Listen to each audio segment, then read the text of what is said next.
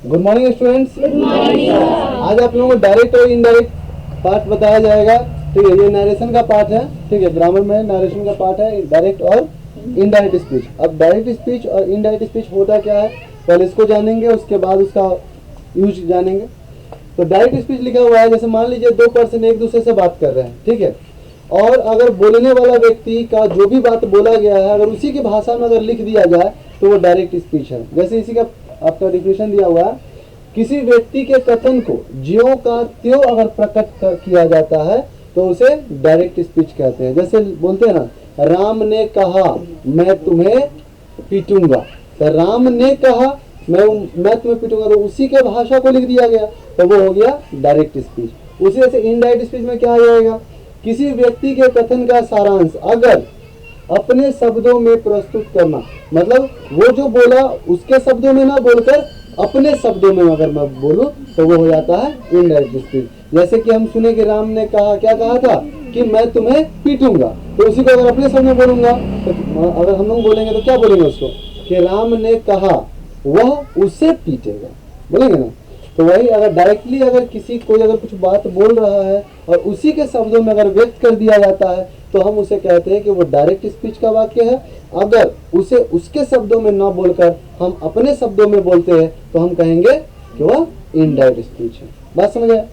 अब ये तो हो गया परिभाषा। उसके बाद यहाँ लिखा गया, जैसे कुछ टर्म्स आपको याद कर लेना है कि अगर कोई आदमी कुछ बोलता है तो जो बोलता है उसमें कौन क्या है। जैसे एग्जाम्पल में Sita said I want to go, Sita कहती है मैं जाना चाहती हूँ, ठीक। तो सीता सेड, तो सीता क्या है, तो यहाँ पहले जानते हैं ये दोनों दो भाग में बटा हुआ है, एक कॉमा के बायां तरफ और एक कॉमा के दाहिना तरफ। कॉमा के बायां तरफ वाला जो भी है उसको हम रिपोर्टिंग स्पीच कहेंगे। उसे क्या कहेंगे हम लोग, मतलब कॉमा के पहले जो पूरा है वो सभी रिपोर्टिंग स्पीच कहलाएगा, और वही रिपोर्टिंग स्पीच के अंदर वाला जो वर्ब होगा, क्रिया होगा, मतलब जो किसी काम को सूचित करने वाला शब्द होगा वो, जैसे इसमें है सीता सैड, तो सैड हो गया क्या चीज, रिपोर्टिंग वर्ब। रिपोर्टिंग स्पीच हो गया पूरा, लेकिन वो वर्ब है इसलिए रिपोर्टिंग क्या कहलाया, वर्ब कहलाया।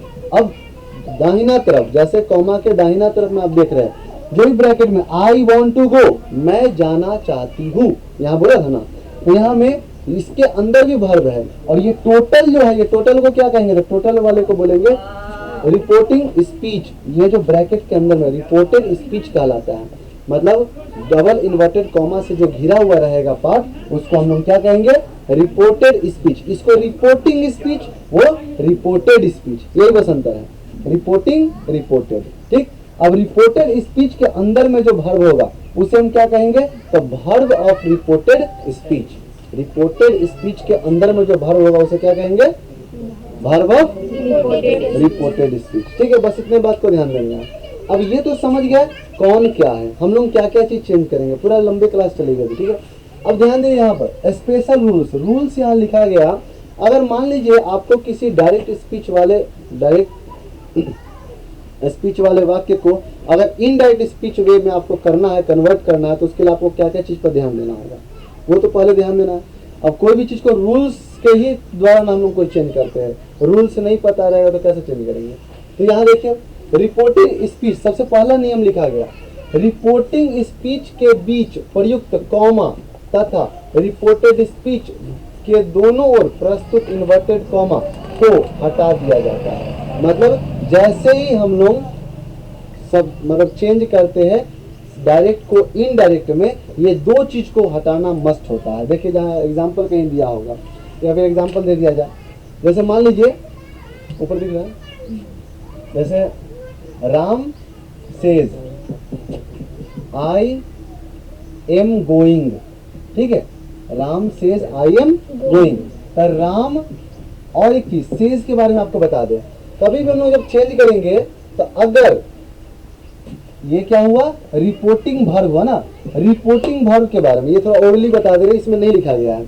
अगर रिपोर्टिंग वर्ब के बाद में कोई ऑब्जेक्ट रहेगा, रिपोर्टिंग वर्ब के बाद में कोई ऑब्जेक्ट यानी कोई वस्तु का नाम या कोई ऑब्जेक्ट रहे तो ही हम लोग से को टेल कर देंगे, ठीक है, सेज को टेल्स कर देंगे और सेड को टोल्ड कर देंगे। ये बात ध्यान रहेगा, कब करेंगे, ये कब करना है, जब रिपोर्टिंग वर्ब के बाद में कोई ऑब्जेक्ट है तो हम इस काम को करेंगे। यहाँ रिपोर्टिंग वर्ब के बाद में कोई ऑब्जेक्ट नहीं है, तो यहाँ राम सेज के राम सेज, कॉमा के जगह हम बोले, यहाँ पे पहला रूल में बता दिया, कॉमा हटा देना है, यहाँ क्या लगा देना है, कॉमा हटाना है, डैट लगाना है, ठीक है। उसके बाद इसमें देखिए राम ने कहा मैं जा रहा हूँ, तो यहाँ आई जो होगा किसके अनुसार चेंज होगा, तो ये तो रूल्स लिखा होगा उसमें समझ आएगा।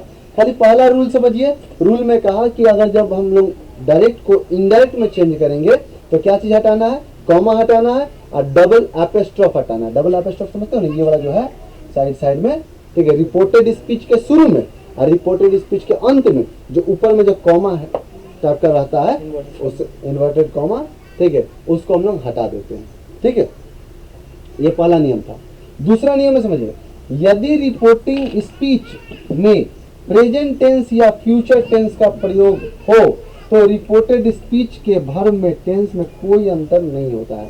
मतलब अगर आपका रिपोर्टेड स्पीच, रिपोर्टिंग स्पीच याद हो रहा है ना, रिपोर्टिंग कॉमा के पहले वाला, रिपोर्टेड कॉमा के बाद वाला, ठीक है। तो रिपोर्टिंग वर्ब के, अगर रिपोर्टिंग वर्ब तुम्हारा है और वो कौन से टेंस में है, या तो प्रेजेंट टेंस में नहीं तो फ्यूचर टेंस में है, तो उसमें रिपोर्टेड स्पीच में कोई चेंज नहीं होगा। अब तीसरा, जैसे यहाँ एग्जांपल दिया हुआ, Mohan says Sita is a good girl, तो यहाँ जहाँ मोहन सेज दैट, कॉमा के जगह लग गया that Sita is a good girl के सीता इज अ, कोई चेंजिंग नहीं हुआ। अब उसके बाद देखिए तीसरा रूल, रिपोर्टिंग वर्ब में पास्ट टेंस का प्रयोग हो तो, अगर मान लीजिए रिपोर्टिंग स्पीच में प्रेजेंट है फ्यूचर है तो कोई चेंज नहीं हुआ, लेकिन पास्ट में है तो क्या करेंगे, तब पास्ट में जब रहेगा तो ध्यान दीजिएगा, अगर कोई सेंटेंस, ठीक है, प्रेजेंट टेंस में है तो वो पास्ट टेंस में चेंज हो जाएगा। प्रेजेंट टेंस में रहेगा, क्या में चेंज हो जाएगा, मतलब जैसे प्रेजेंट सिंपल प्रेजेंट है तो सिंपल पास्ट में हो जाएगा, ठीक है। प्रेजेंट कंटिन्यूअस है तो पास्ट कंटिन्यूअस में हो जाएगा, वैसे ही प्रेजेंट परफेक्ट कंटिन्यूअस है तो उधर पास्ट परफेक्ट कंटिन्यूअस में होगा। मतलब जिस रूप में इधर रहेगा ना, उसी रूप का पास्ट में उधर हो जाएगा। क्लियर है। उसके बाद पास्ट का यहाँ लिखा हुआ और भी दूसरे में, सिंपल पास्ट में अगर है तो पास्ट परफेक्ट में हो जाएगा, अगर पास्ट कंटिन्यूअस में है तो पास्ट परफेक्ट कंटिन्यूअस में हो जाएगा। उसी तरह ऑक्सिलरी वर्ब का भी कुछ चेंजिंग होता है, जैसे मान लीजिए अगर वाक्य में सेल लगा है तो वो क्या हो जाएगा, शुड, ठीक। अगर मतलब डायरेक्ट में सेल लगा है तो इनडायरेक्ट में क्या हो जाएगा, शुड। डायरेक्ट में विल है तो वो वुड, में है तो माइट, कैन है तो कुड। इसी तरह से बहुत सारे जो भी हेल्पिंग वर्ब होते हैं कुछ कुछ चेंज होता है। अब उसके बाद रूल लिखा गया 4 नंबर रूल, ठीक है, SON। अब नीचे लिखा गया 1 2 3। अब ये जो SON 1 2 3 जो लिखा हुआ है, इसका मतलब होता है S पर होता है सब्जेक्ट, O पर होता है ऑब्जेक्ट, N पर होता है नो, NO नो, ठीक है। 1 का हुआ, ये तीनों 1 2 3 पर्सन दिया। पर्सन आप लोग समझते हो, first person, second person, third person. Short में बता दे, जैसे मान लीजिए मैं और कोई एक व्यक्ति है, वो हम दोनों बात कर रहे हैं, ठीक है, मैं और मोहन बात कर रहे हैं, मतलब हम और मोहन बात कर रहे हैं, ठीक है, एग्जाम्पल में। तो हम जो भी अपने लिए वर्ड इस्तेमाल करेंगे, आई, वी, माई, ये सब क्या हुआ, तो ये सब फर्स्ट पर्सन में आएगा। और वही अगर उसके लिए जो भी यूज करेंगे, यू, योर, योरसेल्फ, ये सब जो भी वर्ड इस्तेमाल करेंगे तो वो सेकेंड पर्सन में आएगा। और वही हम दोनों मिलकर किसी थर्ड के बारे में अगर बात कर रहे हैं, ही, हिम, हीज, ठीक है, या नाम पर्सनली ले लिए, तो वो सब में क्या जाएगा, वो थर्ड पर्सन में आ जाएगा। फर्स्ट सेकंड थर्ड तीनों समझ आए। तो उसी तरह यहाँ लिखा फर्स्ट पर्सन रिपोर्टिंग स्पीच के सब्जेक्ट के अनुसार बदलता है। अगर मान लीजिए फर्स्ट पर्सन है तो ये 3 लाइन आपको याद कर लेना। फर्स्ट पर्सन है तो रिपोर्टिंग स्पीच के किसके अनुसार बदलेगा, सब्जेक्ट के अनुसार। अगर सेकंड पर्सन है तो रिपोर्टिंग स्पीच के ऑब्जेक्ट के अनुसार। अगर थर्ड पर्सन है तो उसमें कोई चेंज नहीं होता है। यही एकदम शॉर्ट में लिख दिया गया है, जिससे आपको याद रहे कि अगर फर्स्ट पर्सन है तो रिपोर्टिंग स्पीच के सब्जेक्ट के अनुसार, अगर सेकंड पर्सन है तो रिपोर्टिंग स्पीच के ऑब्जेक्ट के अनुसार, अगर थर्ड पर्सन में है कोई, ठीक है, तो उसमें हम लोग कोई चेंज नहीं करते। अब उसके बाद कुछ लास्ट रूल लिखा गया, सम वर्ड चेंज, कुछ वर्ड्स भी बदलते हैं। दिस के दैट हो जाएगा, दीज के दोज हो जाएगा, टुडे के दैट डे हो जाएगा, टुडे के दैट, टुमारो के द नेक्स्ट डे हो जाएगा, ठीक है। यस्टरडे के द प्रीवियस डे हो जाएगा, यही सब चेंज है। तो उसी तरह से आप लोगों को कुछ एग्जाम्पल भी दिया जा रहा है, ठीक है। वैसे बहुत ही कुछ एग्जाम्पल भी दिया जा रहा है, जैसे यहाँ देखिए, Madan says he is my friend. ऐसे कुछ मेन जो एग्जाम्पल है जो आपको बराबर यूज में आएगा, वैसे एग्जाम्पल दिया रहा है। जैसे देखो, मदन सेज, हिंदी भी कुछ समझेंगे। मदन कहता है ही इज माई फ्रेंड, वह मेरा मित्र है। मदन कहता है वह मेरा मित्र है। तो मदन सेज के क्या रह जाएगा, मदन सेज। इसमें कोई चेंजिंग नहीं करेंगे, क्योंकि हम बोले हैं कि जब रिपोर्टिंग वर्ब के बाद में कोई ऑब्जेक्ट रहता है तो वही ये बदलता है, नहीं तो नहीं बदलता है। तो सेज के सेज रह गया, कॉमा के जगह क्या हो जाएगा, दैट। अब ये अपने शब्दों को प्रयोग किया था, लेकिन हम तो इसको अपने शब्दों में प्रयोग करेंगे ना। तो मदन कहता है कि वह उसका मित्र है। हिंदी से क्या, मदन से, मदन कहता है ही इज माय फ्रेंड, वह मेरा मित्र है। तो ये उसके शब्दों में होगा, लेकिन मेरे शब्दों में क्या होगा, मदन कहता है कि वह उसका मित्र है, ठीक है। इसको क्या लिखेंगे, ही इज, और उसका किसका, तो मदन का, तो माई क्या हो जाएगा, हिज, और बाकी समझ आया। इसी वजह से Deepali said to Ratan you are my best friend, तो क्या हो जाएगा, दीपाली टोल्ड रतन, टू हट जाएगा, ठीक है, कॉमा क्या जाएगा, दैट। इतना तो क्लियर है। Deepali told Ratan that. उसके बाद you are my best friend, तो किसको बोल रही है, दीपाली बोल रही है रतन के बारे में। तो ये यू जो है किसके लिए यूज हुआ, रतन के लिए यूज हुआ। तो रतन के लिए क्या हो जाएगा, ही, ठीक है। रतन लड़का है ना, तो लड़का के लिए क्या यूज होगा, ही। अब ही के साथ तो आर नहीं लगेगा, तो ही के साथ क्या लगेगा, ही। अब माई, माई किसके लिए यूज हो रहा है, तो दीपाली के लिए। दीपाली कौन है, लड़की है। दीपाली कौन है, लड़की। तो लड़की के लिए क्या यूज हो जाएगा, सी, सॉरी हर, बाद में यूज हो रहा है हर। ही इज हर, लड़की है इसलिए हर लगा। और उसके बाद क्या है, इसमें कोई चेंजिंग नहीं होगा, बेस्ट फ्रेंड। अब उसी तरह से अगला क्वेश्चन है, मनु सेज टू राजू, मनु राजू को कहती है आई लाइक यू, मैं तुम्हें पसंद करती हूँ। तो यहाँ क्या हो जाएगा, मनु एक लड़की है, राजीव एक लड़का है, ठीक है। तो यहाँ पर देखिए, मनु सेज के क्या हो जाएगा, सेज के टेल्स और राजीव, ठीक है। उसके बाद क्या है, यहाँ कॉमा, आई जो है किसके लिए यूज हो रहा है, मनु खुद के लिए यूज कर रही है, और यू किसके लिए यूज हो रहा है, राजीव के लिए, ठीक। तो मनु टेल्स राजीव, कॉमा के जगह क्या हो जाएगा, दैट। लड़की है, आई के लिए क्या हो जाएगा, सी। लाइक के लाइक, इसमें कोई चेंजिंग नहीं। और यहाँ राजीव के लिए यू यूज हुआ था, ठीक है। तो यहाँ पे यू के जगह क्या हो जाएगा, हिम, ठीक है। क्लियर है। एक लास्ट क्वेश्चन ध्यान से समझिएगा।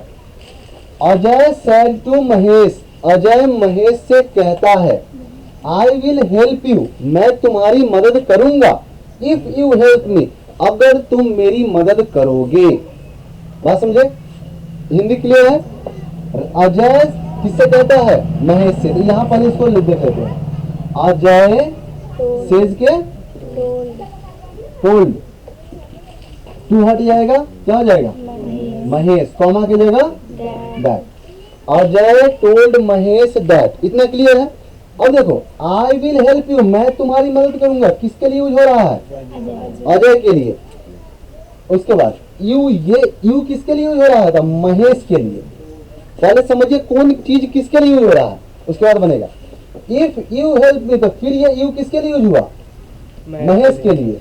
अब मी किसके लिए यूज हुआ, अजय के लिए, ठीक है। कौन किसके लिए यूज हुआ, समझ आया। अब देखिए, अजय टोल्ड महेश दैट, ठीक। अब अजय के लिए यहाँ क्या होगा, आई की जगह ही विल, ही के साथ तो विल ही लगेगा, हेल्प कैसे, आई के साथ बिल लगा दे, इसमें यहाँ आई के साथ विल लगा हुआ था, अवश्य होगा तो तभी तो, यानी कि यहाँ ही के साथ भी क्या हो जाएगा, सेल हो जाएगा। अब हेल्प, यू किसके लिए यूज हुआ है, महेश के लिए। अब महेश के लिए यहाँ क्या लिखाएगा, ही शैल हेल्प हिम, लड़का ही है तो हिम ही लगे ना, हिम। इफ इफ की जगह इफ, ये यू किसके लिए यूज हुआ है, महेश के लिए, तो फिर ही, इफ ही, थोड़ा सा डाउट होगा लेकिन ही अब इस बार महेश के लिए यूज हो रहा है, ठीक है। इफ ही हेल्प, अब ये मी किसके लिए यूज हुआ है, अजय के लिए, तो यहाँ क्या हो जाएगा, हिम। बात समझ आया?